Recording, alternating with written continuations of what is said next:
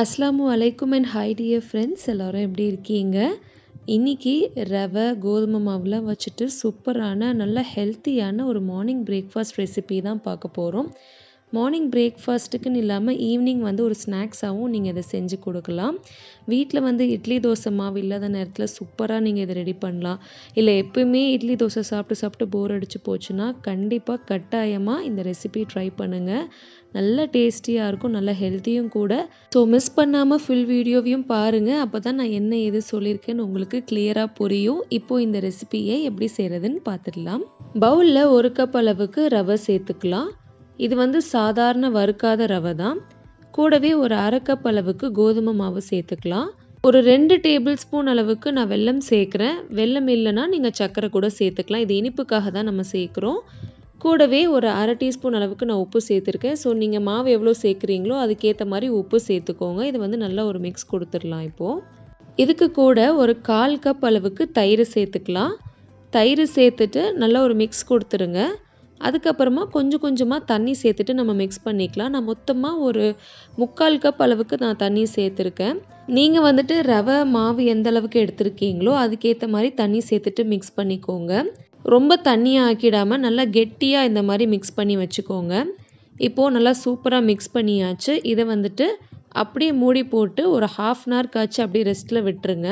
உங்களுக்கு உடனே செய்யணும்னு நினச்சிங்கன்னா நீங்கள் சோடா உப்பு சேர்த்துட்டு நல்லா மிக்ஸ் பண்ணி உடனே செஞ்சிடலாம். இல்லை போதுமான அளவுக்கு டைம் இருக்குது அப்படின்னு நினச்சிங்கன்னா ஒரு 1/2 அன் ஹவருக்கு இதை அப்படியே மூடி போட்டு வச்சுருங்க.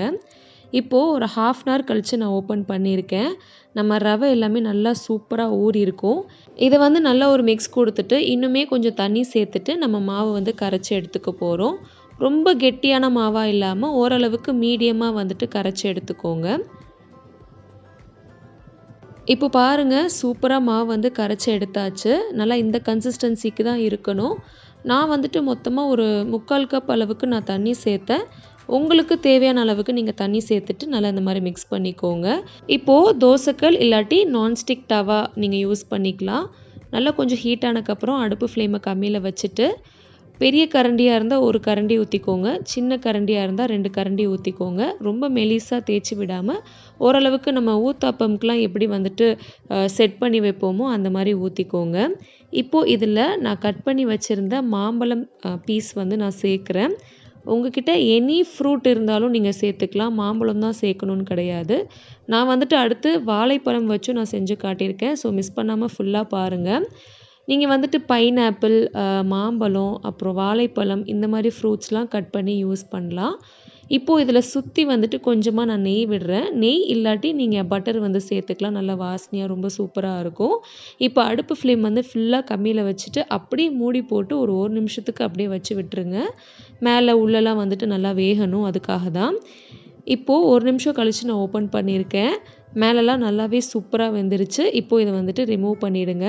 அடுத்தது பார்த்தீங்கன்னா வாழைப்பழம் நல்லா ஸ்லைஸாக கட் பண்ணி நீங்கள் சேர்த்துக்கலாம். வாழைப்பழம், மாம்பழம், பைனாப்பிள் இந்த மாதிரி வேறு ஏதாச்சும் உங்களுக்கு பிடிச்ச ஃப்ரூட்ஸ் நீங்கள் ஸ்லைஸ் பண்ணி சேர்த்துக்கலாம். ஸோ கிட்ஸுலாம் ரொம்ப விரும்பி சாப்பிடுவாங்க. இல்லை நார்மலாகவே உங்களுக்கு இந்த இட்லி தோசை எல்லாம் சாப்பிட்டு போர் அடிச்சு போச்சு, இல்லாட்டி வீட்டில் மாவு கிடையாது, பிரேக்ஃபாஸ்ட் என்ன செய்கிறது அப்படிலாம் யோசிச்சிங்கன்னா கண்டிப்பாக நீங்கள் இதை ட்ரை பண்ணலாம். நம்ம ஃப்ரூட்ஸ்லாம் சேர்த்து செய்கிறதுனால நல்லா ஹெல்த்தியாகவும் இருக்கும், நல்லா டேஸ்டியாகவும் இருக்கும். கண்டிப்பாக ஒரு வாட்டியாச்சு இந்த மாதிரி ட்ரை பண்ணி பாருங்கள். நீங்கள் இதை தோசை மாதிரி ரொம்ப மெலிசாக ஊற்றிடாதீங்க. ஊத்தப்பம் மாதிரி ஊற்றுனீங்கன்னா தான் நீங்கள் ஃப்ரூட்ஸ்லாம் மேலே வைக்கிறப்ப கரெக்டாக செட் ஆகும். மெலிசாக ஊற்றிட்டிங்கன்னா ஃப்ரூட்ஸ்லாம் வைக்கிறப்ப அது செட் ஆகாது. ஸோ இந்த மாதிரி ஊற்றி நீங்கள் எல்லாத்தையுமே செஞ்சு எடுத்துருங்க. பாருங்கள், நல்லா சூப்பராகவே வந்திருக்கு. இதை நீங்கள் தேன் தொட்டு சாப்பிட்லாம், இல்லை சர்க்கரை தொட்டு சாப்பிட்லாம். இல்லைனா மில்க் மேடு இருந்தால் நீங்கள் மேலே இந்த மாதிரி ஃபுல்லாக ஸ்ப்ரெட் பண்ணி விட்டுக்கலாம். ரொம்ப சூப்பராக இருக்கும். இதெல்லாம் கம்பல்சரி கிடையாது. என்கிட்ட இருந்ததுனால நான் மில்க் மேட் சேர்க்குறேன். ஸோ நீங்கள் சாதாரணமாக தேன் தொட்டு சாப்பிட்லாம், ஜாம் தொட்டு சாப்பிட்லாம், இல்லாட்டி இது வெறும்னே சாப்பிட்லாம். ஏன்னா இந்த மாவில் நம்ம ஏற்கனவே வெல்லம்லாம் கலந்துருக்கோம். ஸோ நீங்கள் நார்மலாக சாப்பிட்றப்பவே ரொம்ப நல்லாயிருக்கும். நான் கொஞ்சமாக மில்க் மேடும் அப்புறம் சாக்லேட் சிரப்பும் மேலே இந்த மாதிரி கொஞ்சம் ஸ்ப்ரெட் பண்ணி விடுறேன்.